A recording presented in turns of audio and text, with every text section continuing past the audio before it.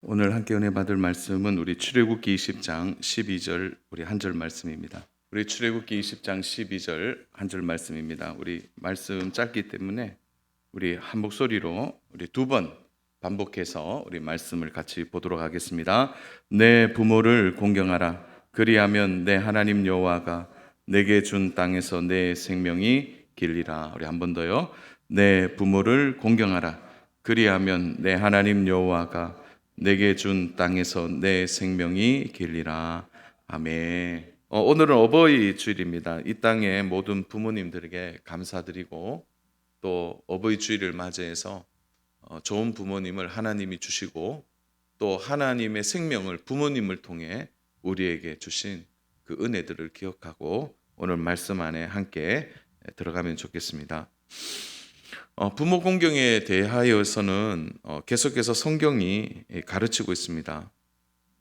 1800년 전에 이미 성경은 이 시대의 징조를 이야기하면서 부모 공경에 대하여 말세에 부모 공경이 약화될 것을 이미 얘기하고 있습니다. 디모데후서 3장 1절 2절에 보면은 이런 말씀이 있어요. 너는 이것을 알라. 말세에 고통하는 때가 이르러 사람들이 자기를 사랑하고 돈을 사랑하며 자랑하며 교만하며 비방하며 부모를 거역하며 감사하지 아니하며 거룩하지 아니하며.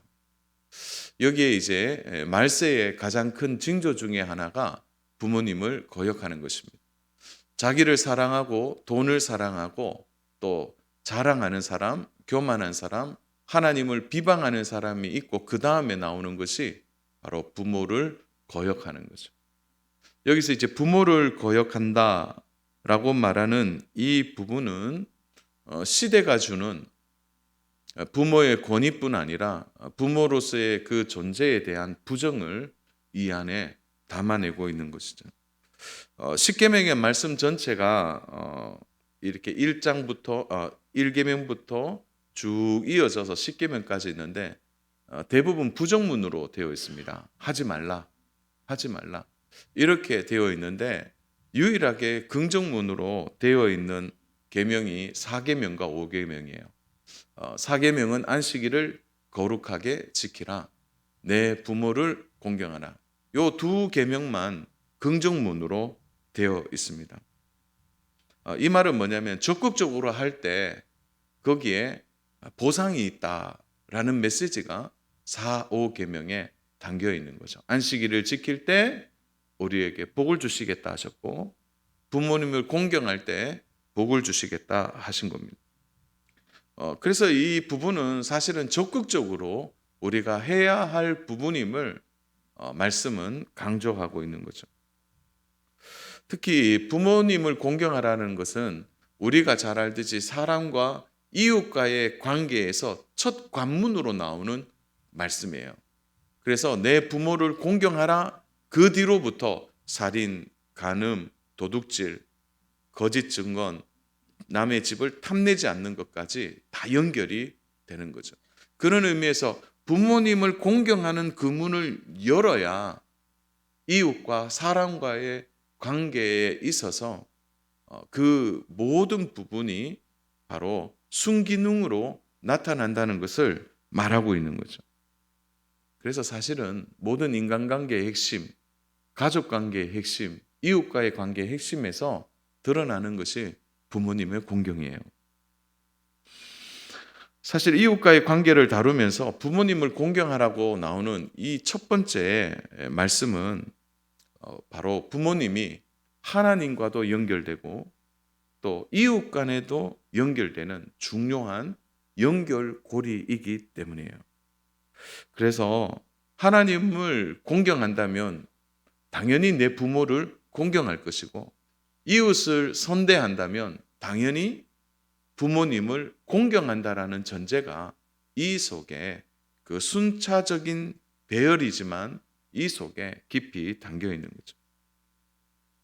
부모님을 공경해야 비로소 이웃의 생명과 목숨을 귀하게 여기고 또 살인하지 않게 되고 이웃의 아내를 탐내지 않고 이웃의 것을 도둑질하지 않는 것이죠. 그러므로 우리가 이 십계명을 들여다보면 참 재미있는 구조들이 많이 나오는데요.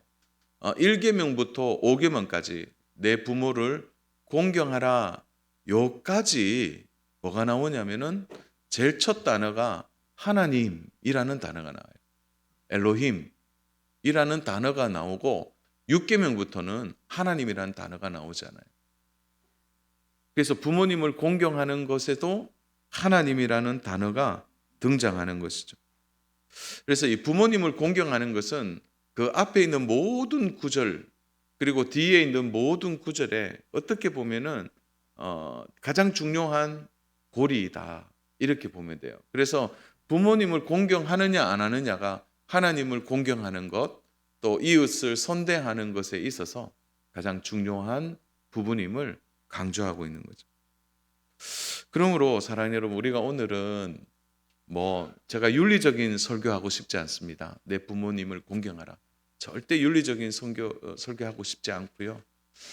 우리가 오늘 이 말씀 앞에서 정말 하나님의 마음이 무엇인지를 오늘 좀 깨닫는 그런 시간이 되었으면 좋겠어요.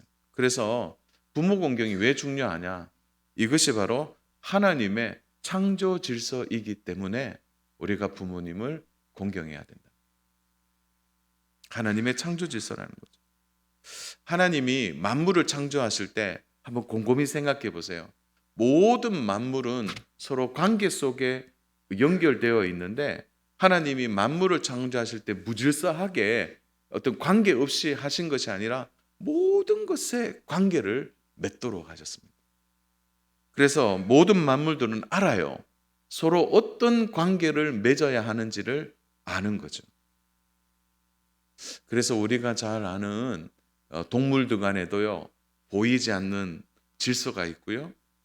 또 만물이 움직이는 모든 것에도 질서가 있는 거죠.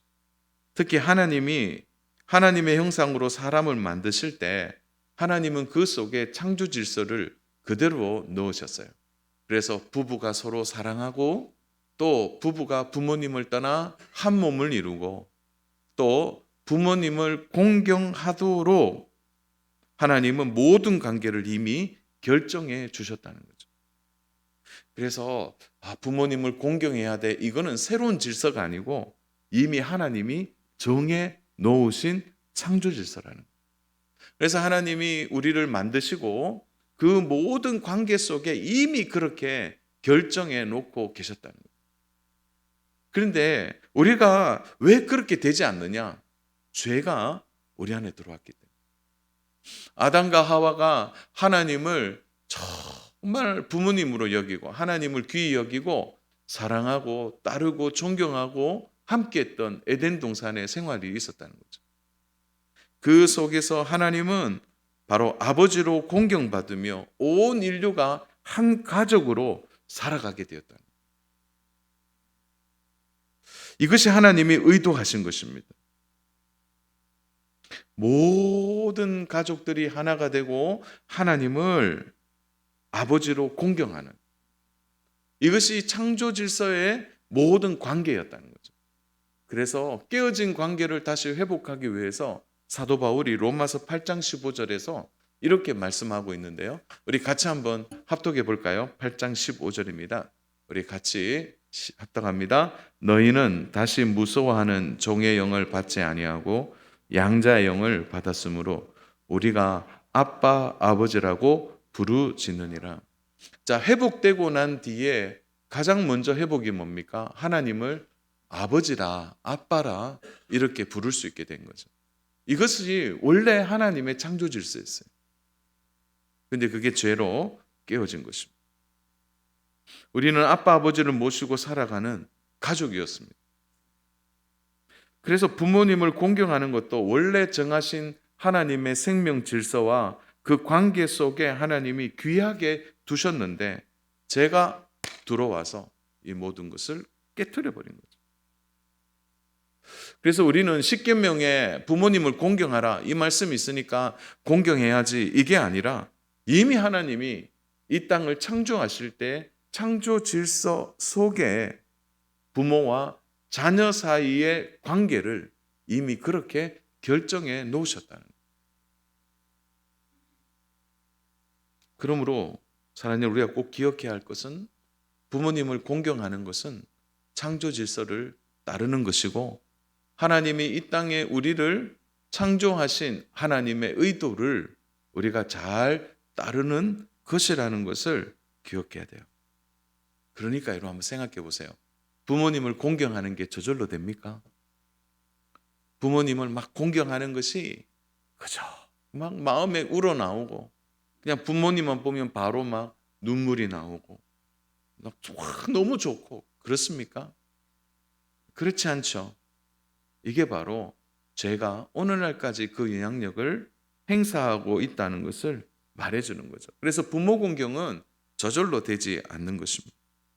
그래서 이 말씀을 십계명에 둔 이유가 뭘까요? 저절로 되면 십계명에 굳이 너희 하나님이 우리에게 말씀을 주시지 않으세요. 저절로 될 것 같으면. 그러나 이 말씀을 우리에게 주신 것은 우리에게 회복해야 될 사명이기 때문에 우리에게 말씀을 통해 하나님이 말씀해 주시는 것이죠. 자, 그러면 먼저 우리가 이스라엘 백성의 입장에서 이 부모 공경을 한번 좀 생각해 보면 좋겠습니다. 그러면 이들이 이 말씀을 받을 때 이들의 상태는 어땠나요? 우리가 잘 알듯이 430년 동안 그들은 애굽의 노예로 지내면서 모든 사람들이 대부분 이스라엘 백성들의 마음에 애굽화, 다시 말해서 애굽의 가치관, 애굽의 세계관을 그들은 이미 담아내고 있었다는 거죠. 오랫동안 그들의 가치는 바뀌어버린 것입니다. 한번 볼까요? 출애굽기 16장 12절입니다. 출애굽기 16장 2절 3절입니다. 우리 같이 읽겠습니다. 이스라엘 자손 온 회중이 그 광야에서 모세와 아론 문망하여 이스라엘 자손이 그들에게 이르되 우리가 애굽 땅에서 고기 가마 곁에 앉아 있을 때와 떡을 배불리 먹던 때에 여호와의 손에 죽었더라면 좋았을 것을 너희가 이 광야로 우리를 인도해내어 이 온 회중이 주려 죽게 하는도다. 힘들고 어려울 때마다 그들의 마음을 움직이는 것이 무엇입니까? 무엇이었죠? 애굽에서의 삶이에요. 그러니까 얼마나 많이 애굽화되어 있는지 말이에요. 그러니까 애굽이 좋다는 거죠. 그냥 고기와 떡만 얘기하는 게 아닙니다. 사실은요, 이들이 이것뿐만 아니라 보세요. 애굽 땅에서 할아버지도 노예였고 증조 할아버지도 노예였어요. 아버지도 노예였고 아들도 노예입니다. 그러니까 신분적으로 보면은 아버지와 내가 똑같은 거예요. 같은 노예죠. 그런 노예의 삶은 철저하게 주인이 따로 있었어요. 그 주인이 누굽니까? 애굽이 주인인 거죠. 그렇게 사는 그들에게 자발적인 부모 공경이 부모님을 존중하고 부모님을 따라 그들이 살아가겠습니까? 사실 제가 오늘 시간이 부족해서 이 본문 속에 다 그 의미를 담아내지 않는데 출애굽기, 신명기, 민수기에 그 부모님을 공경하지 않을 때 따르는 열 몇 가지의 죄를 이렇게 상세하고 구체적으로 나열해 놓았어요. 심지어 잠언에도 그것을 나열해 놓은 이유가 뭘까요? 바로 이스라엘 백성들이 가져야 될 그 부모의 권위와 부모님을 향한 존중이 노예 생활을 통하여 철저하게 상실되어짐을 설명하고 있는 거예요. 뭐 아버지도 노예인데 뭐 할아버지도 노예잖아요. 저도 노예고 주인은 따로 있고 그러니까 그 안에 가족의 질서가 이미 무너지는 거예요. 사실은 애굽 사람들의 철저한 우민화죠. 노예를 통해서 그들의 가족을 끊어버리는 일들이 얼마나 많이 있는지. 그러니까 신분적 한계를 통해서 이 부모 공경이 얼마나 어려운지를 보여주는 거죠. 부모의 권위가 위치가 무너지는 거죠. 왜요? 부모님 말 듣지 않아도 돼요. 누구의 말 들으면 돼요? 주인의 말만 들으면 되는 거예요. 그런 관계 속에 설정되어 있던 이들에게 부모님을 공경하라고 자유인으로서의 선포는 이들이 금방 부모님을 공경하기는 쉽지 않았다라는 것이 이스라엘 백성의 배경이 되는 것입니다. 그래서 모세는 다시 이 말씀을 통해서 가정의 권위와 부모님 공경에 대한 권위를 이스라엘 백성들에게 다시 회복하라. 이 메시지가 바로 하나님이 모세를 통해 주신 메시지입니다. 사실은요, 근동사회나 그 메소포타미아 운명 속에 있던 당시의 지도 지역에서 보면은 가장 골치 아픈 문제 중에 하나가 뭐냐면 자녀들이 부모님을 거역하는 일이었습니다. 그래서 심심찮게 자녀가 부모님을 홀대하거나 부모님에 대하여 정말 어떻게 보면은 옳지 않는 일들을 너무 많이 행했다는 거예요. 근동사회가. 그래서 그때 제도가 하나 생겼는데 그게 뭐냐면 양자 제도예요. 양자 괴약이라는 것을 심심찮게 했습니다. 그건 뭐냐면 나의 노후에 나를 봉양할 양자를 집에 들이는 거예요. 자녀들이 있는데. 그래서 그 양자를 들여서 그 양자에게 계약을 하는 거죠. 내가 죽을 때까지 잘 봉양하면 나의 재산의 일부를 너에게 주겠다는 거예요. 자녀가 있는데. 그런 근동사회의 이 양자 계약이 얼마나 성행했는지 몰라요. 자녀들이 있지만 실제로 부모님을 업신여기는 일들이 너무 많았다는 거예요. 부끄럽지 않습니까? 자녀가 있는데도 양자를 드린다는 거예요. 그래서 그 당시에 상속의 문제 때문에 심한 다툼들이 얼마나 많이 일어났는지 몰라요. 근데 부모님들이 돌아가시면서 양자에게 모든 재산을 상속해버린 거예요. 그러니까 자녀들이 가만히 있겠어요. 그 문제들이 많이 일어났다는 거예요. 근데 그 시대 정신이 오늘 우리의 시대 정신과 별반 차이가 나지 않는다는 것이 오늘 우리를 슬프게 하는 것입니다. 그러므로 사랑하는 여러분, 오늘 저는 우리에게 정말 이 부모 공경에 대한 이 시대적인 배경을 좀 안다면은 우리가 부모님 공경하는 것에 대해서는 우리의 마음을 좀 무겁게 하는 일이 너무 중요하다는 것을 말하고 싶습니다. 자, 오늘 우리 본문으로 다시 한번 돌아가 볼까요? 자, 본문에 내 부모를 공경하라. 그리하면 내 하나님 여호와가 내게 준 땅에서 내 생명이 길리라. 이렇게 이제 공경이라는 단어를 한글 성경은 쓰고 있습니다. 근데 이 공경이라는 단어가 존경이라는 의미도 있지만 이게 히브리어에서 보면은 좀 다른 의미로 나옵니다. 이 공경이라는 단어를 카베트라는 단어로 히브리어가 쓰고 있는데 이게 뜻이 뭐냐면은 무겁다라는 뜻입니다. 무겁다. 그런데 이것이 이제 두 가지의 의미가 있는데 좀 하나하나 설명을 할게요. 첫 번째로는 이 단어가 동사의 명령형으로 쓰이게 되면 이렇게 돼요. 누군가를 무겁게 여기다. 누군가를 무겁게 여기다. 그러니까 부모님을 무겁게 여기는 것이죠. 그런데 여기에서 동사의 명령형, 이 가베트가 딱 두 대상에게만 명령어로 나와요.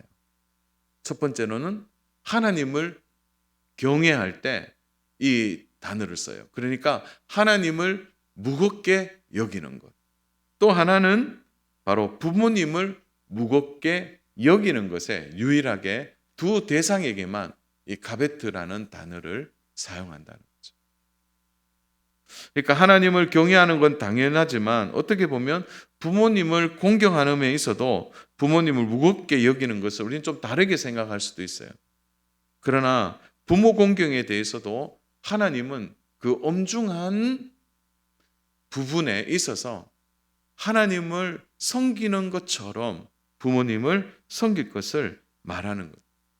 말라기 선지자는 아들을 그 아버지를 종은 그 주인을 공경하는데 하라고 이렇게 말할 때 여기에 또 카베트라는 단어를 사용합니다. 우리 말라기 1장 6절 같이 한번 우리 합독하겠습니다. 내 이름을 멸시하는 제사장들아 나 만군의 여호와가 너에게 이르기를 아들은 그 아버지를 종은 그 주인을 공경하나니 내가 아버지일진데 나를 공경함이 어디 있느냐 내가 주인일진데 나를 두려워함이 어디 있느냐 하나 너희는 이르기를 우리가 어떻게 주의 이름을 멸시하였나이까 하는도다. 자, 여기에 공경이라는 단어가 나오죠. 근데 이 공경이라는 단어가 대상으로 쓰일 때 주인이라는 말로 쓰였고, 또 하나는 아들이 아버지를 라는 단어를 할 때 요 공경이라는 단어를 써요. 그러니까 하나님을 공경하지 않는 이스라엘 백성에 대한 책망이 또 동일한 하나의 예시를 들죠. 그 예시가 뭡니까? 아들이 아버지를 공경하지 않는, 똑같은 무게로 이 단어가 사용되고 있다는 거예요. 그래서 오늘은 계속 좀 무거운 얘기만 하는 것 같은데요. 우리 부모님을 바라볼 때 우리가 무겁게 여겨야 돼요. 부모님에 대한. 그리고 또 여기 카베트라는 단어의 또 다른 뜻은 우리 인간의 장기 중에 한 단어로 쓰여있는데, 이게 뭐냐면 간입니다. 간. 그래서 이 카베트라는 단어가 나올 때 이건 뭐냐면 간이라는 의미가 있어요. 그래서 사람의 장기 중에 가장 무거운 게 뭡니까? 간이거든요. 그러니까 사람에게 가장 무거운 이 간을 빗대어서 부모님을 공경하라 라는 단어로 이 간이라는 단어를 사용할 때 너의 장기 중에 가장 중요하고 무거운 이것처럼 부모님을 공경하라는 것이 바로 카베트, 공경이라는 단어입니다. 그러니까 참 이 단어 속에 우리가 오늘 부모님을 너무 가볍게 여기는 것, 힘이 떨어지고 또 여러 가지로 우리 부모님을 볼 때 좀 안타까운 마음이 있지만, 혹여나 우리가 함부로 하려고 할 때 우리가 공경이라는 이 무거운 단어를 다시 한번 생각해 보아야 됩니다. 제가 이까지 지금 얘기하면 목사님 알겠는데요, 저는 부모님에 대한 상처가 너무 많아요. 부모님에 대한 아픔들이 너무 많습니다. 부모님과의 깨어진 관계에 대해서 분명히 말씀하시는 분들이 있을 겁니다. 그렇기 때문에 저는 오늘 이 부모 공경에 대한 메시지를 전하면서 동시에 관계를 회복하는 일을 하나님은 우리에게 원하신다는 것을 다시 한번 말씀드리고 싶습니다. 부모님을 공경하고 싶어도 이미 부모님에게 상처를 받아 그 상처가 너무 깊어서 미움으로 가득한 우리 또 다른 부모님들이 여기 계실 거예요. 자녀분들도 계실 겁니다. 솔직하게 관계 회복을 위해 여러 번 노력해 봤지만 노력한 대로 되지 않는 것도 사실입니다. 근데 우리가 그때마다 뭘 느끼죠? 부모와 자녀와의 관계는 확실히 내 의지대로 되지 않는구나, 내 뜻대로 되지 않는다는 것을 우리는 현실적으로 받아들이게 됩니다. 그러니까 어떻게 돼요? 안 만나게 되고 안 접촉하게 되고 가급적이면은 서로 떨어져 있으려고 하는 거죠. 그러나 사랑하는 여러분, 이런 생각 한번 해보셨어요? 부모님의 연약함을 바라보면서 그 부모님의 연약함이 나의 연약함으로 보인 적이 있습니까? 부모님이 나에게 상처를 주는 그 연약함들이 그냥 부모가 너무 안 된다 이게 아니라 그 연약함에 대한 것이 나의 연약함으로 혹시 여겨지신 적이 있습니까?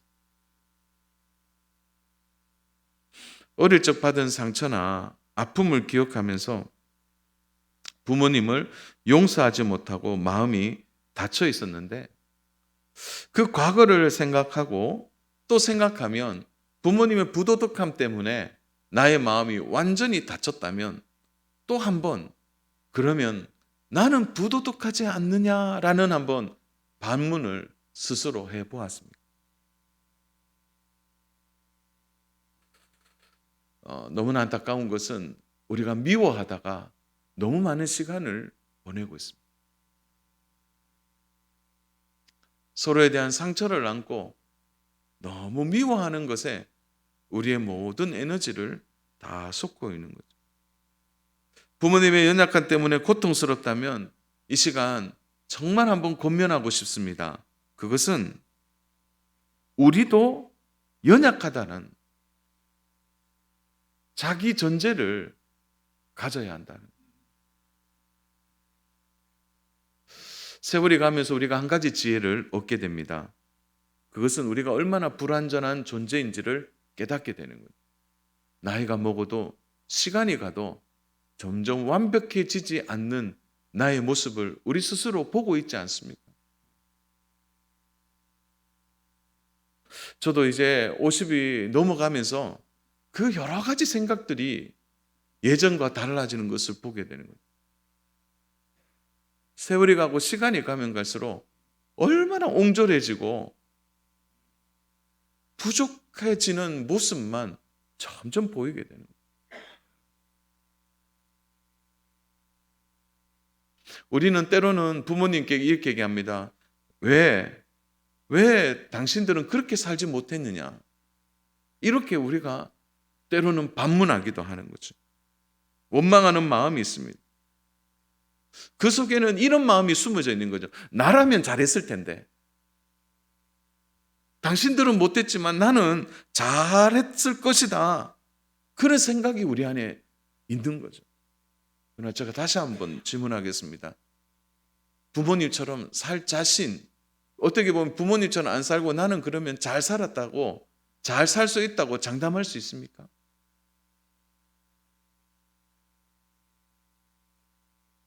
우리가 그 부모님의 세대를, 부모님이 겪었던 그 과거의 그 고통스러운 일들 앞에 우리는 부모님과 다르게 의연하게 그 모든 일들을 잘 처리했다고 그렇게 생각할 수 있습니까? 그렇지 않다는 거죠.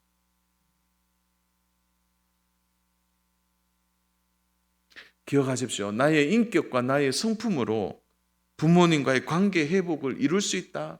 그렇지 않습니다. 우리의 인품은 얼마나 좋은데요. 우리의 성품은 얼마나 좋은데요. 스스로 우리 자신을 돌아보면 그렇게 해서 관계 회복이 이루어지는 것은 아닙니다. 그래서 이 관계 회복이라는 것이 얼마나 어려운 과정을 지나가야 되는지 모릅니다. 부모가 되어 보니까요. 이상하게 부모로서 권위와 체면 때문에 자녀들에게 마음 열기가 쉽지 않은 거예요. 자녀들은 자존심과 쑥스러움 때문에 마음 열기가 쉽지 않은 거예요. 저도 우리 자녀들을 양육하면서 여러 번 우리 성도님께 얘기하잖아요. 뭐 목사님이니까 자녀들 잘 양육한다고요? 저는 그럴 자신이 없어요. 그렇지 않습니다, 저는. 그래서 제가 가정에서 꼭 10가지를 지켜라 이렇게 했는데 지키는 자녀가 거의 없어요. 심지어 나가고 엄마가 나가고 들어올 때 인사해라. 잘 안 돼요. 부모로서의 그 권위를 가져보려고 하는데 그 스스로 노력한다고 되질 않더라고요. 요즘도 제가 이제 밖에 외출했다가 아니면 교회 사역했다가 들어가서 문 열면 아빠다 하고 나오는 녀석은 8살짜리밖에 없어요. 다 자기 방에서 안 나와요. 그래서 저는 어떨 때 한 3, 4분 동안 현관에 서 있을 때가 있습니다. 언제 나오나 이게 부모의 권위를 세우기 위해서. 그러면은 참다 못해 아내가 아빠 오셨다 그러면은 문을 요렇게 오셨어요? 하고 닫고 난데 다시 이게 부모의 권위를 그게 안 되더라고요. 자녀들도 마찬가지입니다. 쑥스러움 때문에 자존심 때문에 마음 열기가 쉽지 않습니다. 주 안에 사랑하는 여러분, 아마 이 가운데 건강한 가족 관계가 되어 있는 분들에게는 오늘 말씀이 그래 우리는 잘하고 있는 것 같아 이제 진단이 되겠지만 깨어진 관계 속에 사는 분들에게는 여전히 큰 숙제로 남아있다는 거 너무나 잘 압니다. 그러나 다시 한번 곰곰이 한번 생각해 보십시오. 우리 주님은 나를 어떻게 대하셨나요? 우리 구주가 나를 위하여 어떤 일을 하셨습니까? 그분이 나의 못난과 부족함을 어떻게 받아주셨는지,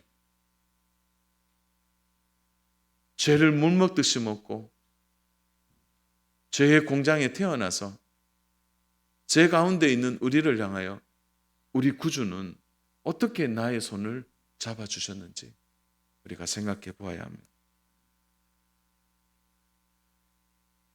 예수님은 쏟아지는 진노의 십자가를 지시면서도 그 타오르는 고통과 아픔 속에서도 사랑하는 제자에게 자신의 모친, 육신의 모친을 당부합니다. 내 사랑하는 어머니라.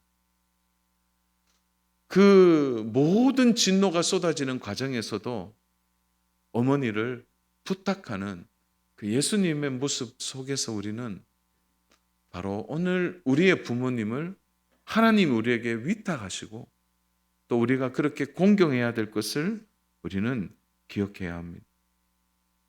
사랑하는 여러분, 공경하는 방법을 찾는 데는 너무 많은 시간이 걸려요. 시간이 없습니다. 화해하고 용서하고 안고 싶어도 부모님이 살아계셔야 가능한 일이고 아프셔서 요양병원에 들어가시면 어렵습니다. 또 치매를 앓는다든지 중한 병이 있으면 그 기회는 점점점 사라지는 것입니다. 분명한 것은 하나님이 오늘 우리에게 주신 이 메시지 속에 원하는 것이 있다는 거죠. 저는 먼저 부모님께 여러분의 손을 내밀라고 말씀드리고 싶지 않아요. 먼저는 여러분의 손을 하나님께 내미십시오. 그 하나님께서 여러분의 손을 잡고 하나님이 직접 자녀들에게 손을 잡아서 우리 하나님이 연결해 주심을 믿으시기를 바랍니다. 그래서 오늘 우리는 하나님께 우리의 손을 내밀어서 내가 어찌할 수 없는 연약한, 내가 부족한 우리 부모를 향하여 당신들은 왜 그때 그렇게 하지 못했느냐 그렇게 말하는 것이 아니라 내가 그 당시의 부모님이라도 나도 못했다라는 연약함을 인정할 때 참된 관계가 회복되어지게 되는 것입니다. 주 안에 사랑하는 여러분, 나이든 부모님을 돌봐주십시오. 마지막 그분들이 나를 축복하도록 마음을 여십시오. 노년의 부모님이 계십니까? 최소한의 품위를 유지할 수 있도록 여러분 물질에 대하여 섬기십시오. 우리들보다 맛있는 음식이나 옷을 입을 기회가 많지 않습니다. 사랑으로 섬기는 일이 내일이 모레가 된다고 쉽게 생각하지 마십시오. 오늘 할 수 있을 때 하십시오. 사랑하는 여러분, 우리가 이렇게 하면 하나님이 약속을 보증해 주셨습니다. 오늘 십계명의 마지막 말씀이 뭡니까? 보상해 주시겠다는 거예요. 내가 잘되고 땅에서 장수하리라. 여기서 보상의 의미는 반드시 주시겠다는 거예요. 다른 말씀에는 이러한 보상이 없습니다. 오직 5계명에만 이 보상이 주어지는 것이죠. 땅과 생명에 대한 복을 말씀해 주셨습니다. 그래서 바울이 이 계명을 에베소서 6장 2절과 3절에 이렇게 소개하죠. 내 아버지와 어머니를 공경하라. 이것이 약속이 있는 첫 계명이니 이로써 내가 잘되고 땅에서 장수하리라. 약속이 있는 첫 계명이라고 말씀하셨습니다. 사람들이 가장 관심을 가지는 땅의 문제도 건강의 문제도 가장 먼저 매듭을 풀어야 할 일이 부모님에 대한 존경과 권위와 그 부모님을 공경하는 마음을 무겁게 여기는 여기에서부터 시작된다는 것을 기억하셔야 합니다. 제가 말씀을 정리하겠습니다. 종교개혁자 칼빈은 부족한 부모님에 대하여 언급하기를 이런 기록을 남겼습니다. 우리 같이 한번 칼빈의 기록을 한번 볼까요? 같이 읽겠습니다. 이건 아니고요. 그 다음 가운데 보여주세요. 네. 같이 읽겠습니다. 아무리 봐도 우리 아버지는 아버지로서 갖춰야 할 것을 다 갖추지 못한 것 같아 내가 보기에 흠이 많아.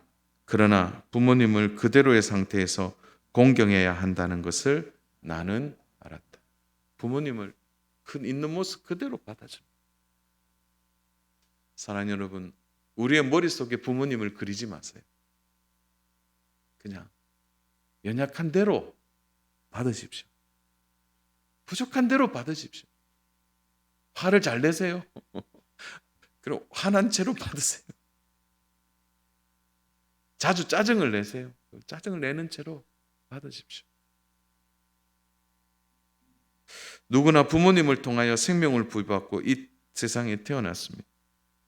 생명을 주신 하나님은 나의 생명을 부모님께 맡겨서 이 땅에 태어나도록 하신 그 사명만으로도 우리는 공경해야 될 이유가 여기에 있는 것입니다. 사랑하는 여러분, 아무리 공부를 많이 해도 부모 공경은 공부로 되지 않습니다. 좀 인품이 좀 고상하세요? 나는 원래 좀 착합니까? 그걸로 부모 공경이 되지 않습니다. 쉽지 않지만 한 가지 확실한 것은 하나님이 도와주실 것입니다. 도와주실 것입니다. 마음을 여십시오. 있는 모습 그대로 부모님을 받으시고 그 부모님을 향한 성령님의 음성을 들으십시오. 관계회복은 하나님으로부터 시작합니다. 하나님 의지하고 붙들어서 5월 가정의 달에 깨어진 관계가 회복되고 하나님과 깊이 연결되는 은혜가 저와 우리 귀한 성도님들에게 있기를 주님의 이름으로 축복합니다.